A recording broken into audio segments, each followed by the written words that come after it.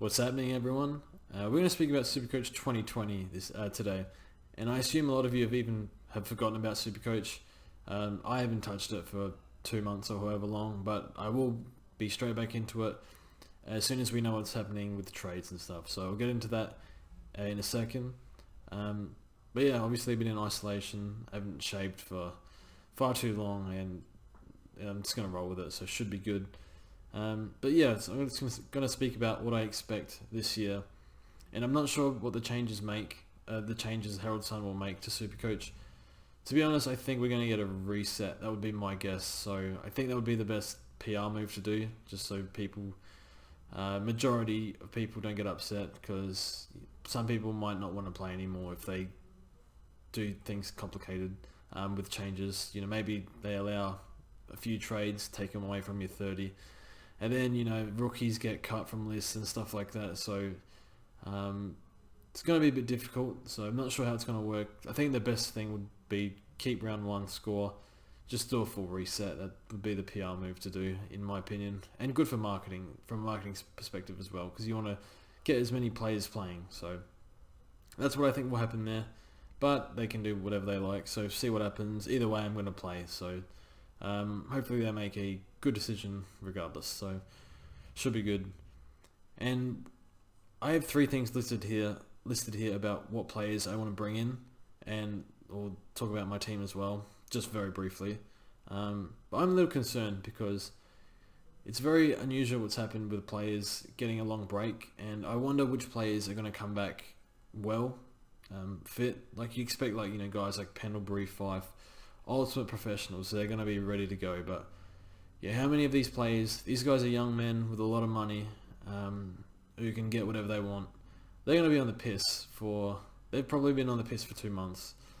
So yeah, I really wonder which players that affects. I'm not exactly sure, but the players I want are the ones that are the ultimate professionals. They've done it for a long time, and they are less at risk of being prone to not concentrating too much during their off season. So yeah, it's a bit hard to tell, but for example, the number 1 player I need to bring in is Tom Mitchell. He's going to be healed up more. He's ultimate professional, and he's fantasy pick. So we're going to get him in. I don't care how.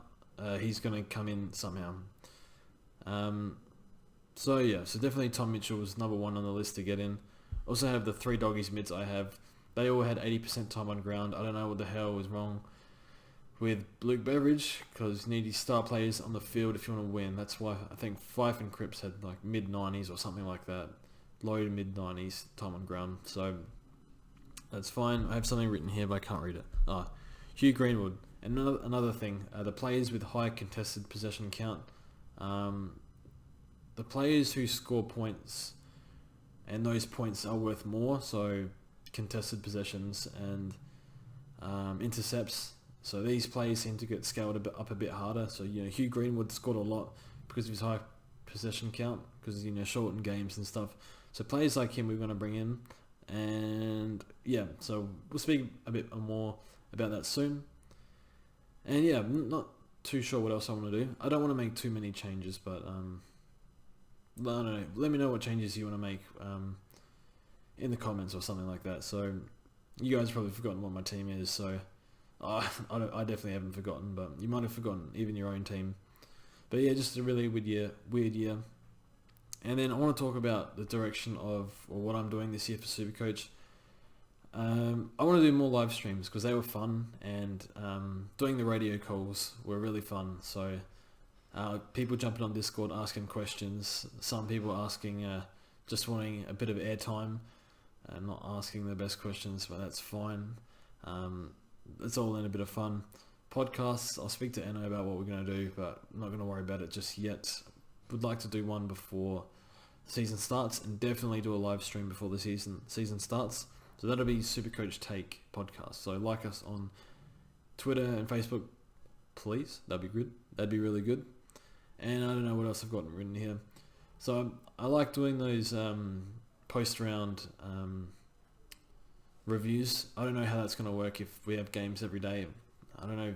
I still assume we're doing rounds and stuff. So definitely want to look at that, still do those. So those are the main three: podcast, streams, and those videos. In terms of content, I'm not sure what else I want to do, but we'll see how many people are interested in Supercoach, because I think we'll get a bit of a drop off, but maybe we get more because there's not a lot of there's not much going on. Probably not actually, but see how we go. Should be good, and I think that's all for today. So a bit of a weird year. To be honest, it's a bit of a meme year. I think I'm competitive. I want to do well, but I'm 100% starting Bailey Smith this year. I don't care how or who gets traded. I'm picking him, and that's that. So this year we're just going to have heaps of fun, try and be competitive, but just try and have fun at the same time. Very difficult for me because it's either one or the other usually, but if we can do both, that'd be great. So thanks for watching, and yeah, it should be good for season 2020. I don't blame you if you don't want to play, but I think once it gets rolling again, I think people will jump back on. So should be good, and we'll see you soon.